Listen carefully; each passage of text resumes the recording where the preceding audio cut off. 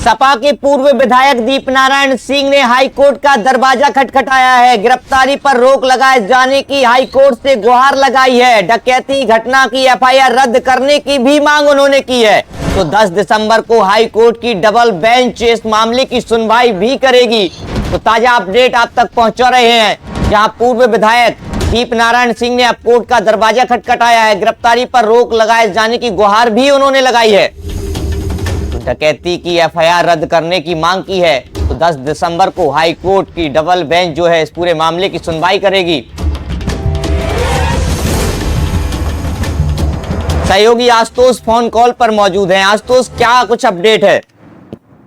भरत, झांसी की गरौठा सीट से 2 बार विधायक रह चुके दीपनारायण सिंह दीपक यादव के जुड़े जो प्रकरण था उसमें अब एक नया अपडेट सामने आया है। दीपनारायण सिंह यादव ने अब इलाहाबाद हाईकोर्ट का रुख किया है और इलाहाबाद हाईकोर्ट में एक याचिका दाखिल की है।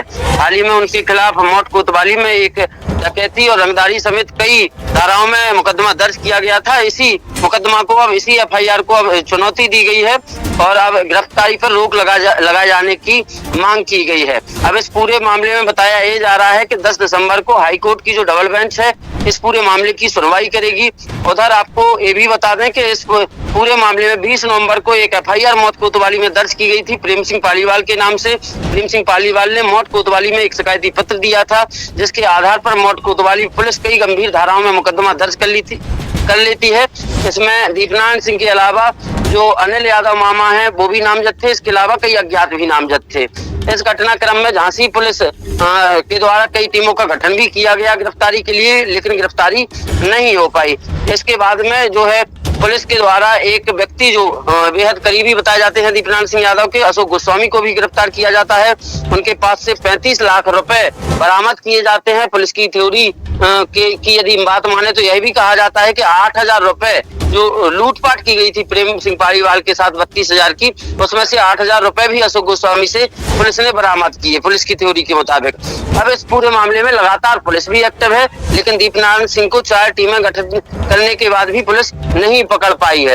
उधर पुलिस लगातार दबाव भी बना रही है। लगातार मून सिटी से लेकर तमाम जो उनके ठिकाने थे, करीब आधा दर्जन से अधिक ठिकानों पर बीते रोज झांसी पुलिस की टीम ने छापेमारी भी की थी, वहां दबिश भी दी थी और लगातार पुलिस कहीं ना कहीं ये दिखा रही है। यदि सियासी बात करें तो इस पूरे मामले पे जो सपा प्रमुख हैं अखिलेश यादव का भी एक बयान सामने आया था, जिसमें वह पूर्व एक पुलिस के एक अधिकारी को जो है घेरते नजर आ रहे थे, भ्रष्टाचार के कई आरोप भी लगा रहे थे। इसके दूसरे ही दिन पुलिस अलग अलग जगह दबिश देती है। अब इस पूरे मामले में नया अपडेट यही है कि अब दीपनारायण सिंह यादव की तरफ से इलाहाबाद हाई कोर्ट का रुख किया गया है।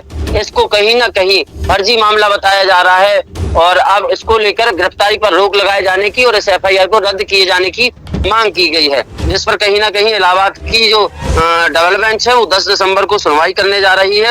अब देखना यह होगा कि 10 दिसंबर को क्या कुछ होता है इस मामले में। आपको यह भी बता दें कि जो ये पूरा प्रकरण था इसमें कई गंभीर धाराएं शामिल थी, जिसमें डकैती की धारा भी लगा दी गई थी। बिल्कुल आशुतोष, बहुत बहुत शुक्रिया आपका तमाम जानकारी साझा करने के लिए। सपा के जो पूर्व विधायक हैं उन्होंने अब हाई कोर्ट का दरवाजा खटखटाया है। उन्होंने गिरफ्तारी पर रोक लगाए जाने की गुहार भी लगाई है। डकैती की घटना की एफआईआर रद्द करने की भी मांग की है। 10 दिसंबर को हाई कोर्ट की डबल बेंच इस पूरे मामले की सुनवाई करेगी।